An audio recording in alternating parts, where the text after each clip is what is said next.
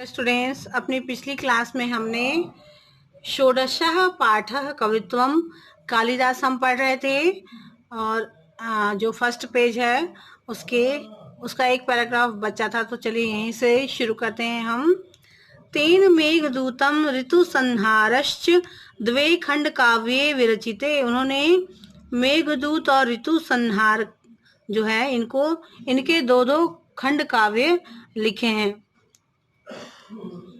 मेघदूत और ऋतु संहार जो खंड काव्य हैं ये भी रचा इन्होंने। मेघदूते पूर्व मेघ उत्तर मेघश्चेति द्वौ भागौ स्तः। मेघदूत में पूर्व मेघ व उत्तर मेघ दो भाग हैं। जो मेघदूत इन्होंने लिखा है खंड काव्य, उसमें पूर्व मेघ और उत्तर मेघ दो भागों में लिखा है इसको। अस्मिन् काव्ये मेघ यक्षस्य दूतः अभवत्।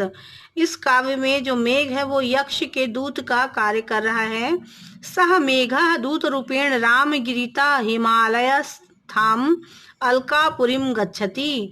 और ये मेघ जो है वो दूत का रूप लेकर इस जो रामगिरी से हिमालय होते हुए अलकापुरी जाता है। दूत मार्गस्य वर्णनम नैसर्गिकम अतीव रमणीयम चास्ति। जो दूत मार्ग जो है, जो दूत जाता है, मेघ जो रहता है वह दूत के रूप में रामगिरी से हिमालय होते हुए अलकापुरी जाता है। तो मार्ग में जो रास्ते का जो नैसर्गिक वर्णन है वह बहुत ही सुंदरता, बहुत ही खूबसूरती से किया गया है और यह पढ़ने में बहुत ही आनंद आता है। इस तरह से इन्होंने लिखा है कि आप अगर ये काव्य पढ़ेंगे तो आप उसको पूरा ही पढ़ना चाहेंगे। ऋतु संहारे षड ऋतूणां प्राकृतिक सौंदर्यम मनोवैज्ञानिकश्च वर्णितम। ऋतु संहार में 6 ऋतुओं का वर्णन है, प्राकृतिक सौंदर्य और मनोवैज्ञानिक वर्णितम है। मनोवैज्ञानिक तरीके से इसका चित्रण किया गया है। कालिदास से उपमा विश्व प्रसिद्धा। कालिदास जी की जो उपमा देने की जो कला है वह विश्व प्रसिद्ध है।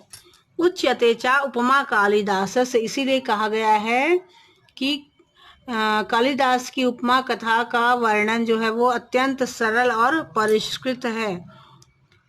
कथा वर्णने चरित्र चित्रणे च सह प्रवीणः। और कथा वर्णन और चरित्र के चित्रण में वे बहुत ही प्रवीण थे। तस्य वर्णन शैली सरसा सरला परिष्कृता च अस्ति। उनकी वर्णन शैली जो थी वह सरल भी थी और सरस भी थी। सरस अर्थात रुचिपूर्ण थी। आप अगर पढ़ें तो उसको फिर पूरा ही पढ़ना चाहेंगे, उनके सारे काव्यों को पढ़ना चाहेंगे। और इतने रुचिपूर्ण से लिखा है उन्होंने, रुचिपूर्ण ढंग से। तस्य भाषा भावानुगामिनी।